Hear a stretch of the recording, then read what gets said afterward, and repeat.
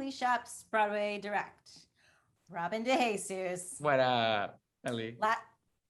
Good to see you again. The last time was, and I said literally said the same thing to Josh Henry, was on the West Side Story red carpet on Broadway. Yes, that was a fun night. It was. Well, I mean, I was only on the carpet, but you had the rest of the evening. But anyway, we get to talk Tick Tick Boom again, and this time I fully understand everything you were saying when we talked the last time on another carpet. I want to know. You owe a great deal of your career to Jonathan Larson. What would you say to him today? Ooh, thank you from Jump. Thank you for doing the thing that people can't do now. Thank you for uplifting people who have not been given chances and opportunities, but are equally as deserving as the white population. Because the thing about Jonathan is he was such a good ally. He was so good to queer folks, to Black folks, to brown folks, the way in which he wrote well-written characters for us as opposed to one-dimensional ones, And even like I think about Mimi and Rant all the time. I think Mimi is such a brilliant character. Like she's messy, she's real, she's raw, she's struggling with addiction, but she's also living with this joy for life and for being present and celebration. Like there's maybe I'm also leaning into this now because I feel like it's easy to lean into the heavy aspects of our film, but there's so much joy and comedy in it as well that I want to make sure that that's also getting the attention. What was your favorite scene in the film?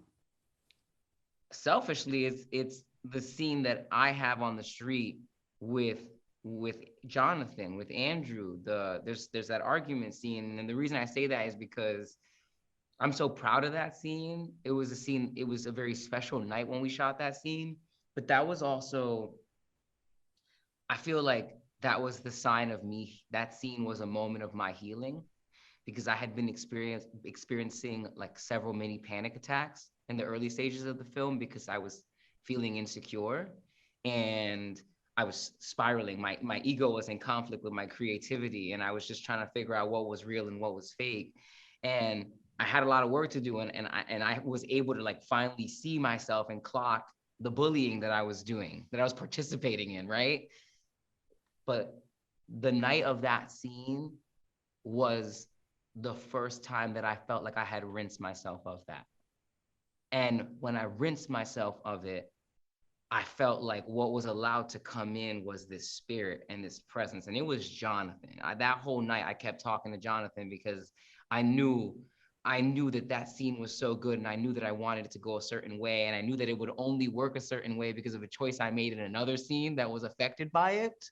So I had put pressure on that scene, but then when I released it and Jonathan presented himself, Andrew and I just like looked at one another and we recognized that we were now in a sacred space, that like this other thing was happening, and Lynn clocked it as well.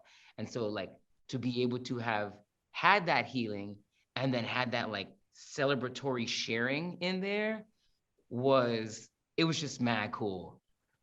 That's crazy because this isn't your first time in a movie. You've done this plenty of times. Yeah, but you know what? Sometimes I feel like as you get older, it's like other things creep up. And because you're absolutely right. In my youth, there I felt so confident and I owned what I was doing. And I think somewhere over the years, as I got more successful, there was like this like insecurity started showing up later on in life, which was so fascinating and made it almost more difficult to clock because I thought, well, but you have all these receipts that say you shouldn't feel this way. So why is this happening now? And so that added to the confusion that I was experiencing, but I'm goody now. Well, let me tell you, when I interviewed Idina Menzel about the 25th anniversary of Rent, she said the same thing. So you are not alone, because she said she felt insecurities later after she became more famous. I have a minute left. I want to ask, describe Lynn. He's always like the kid in the candy store, right? What was he like directing? He was fun. He was joyous. He was like ever present. He was a leader, and he was good. I think a lot of people are coming in maybe like a little sus, like expecting like, well, what's Lynn gonna do? And Lynn was like so in control. We forget that he's wanted to do this for a long time. He's been directing his own films on his camcorder since he was a child. So like he was just excited to express himself in this new way. And there were times that he would come up with shots on the fly that were so brilliant. And so it was just really cool to see my friend just flourish. It was amazing. It was so incredible, his direction. So I was, the movie was phenomenal. I can't wait to Thank see it you. again. Congrats to you, Thank you. Robin, and I will see you next time. Yeah.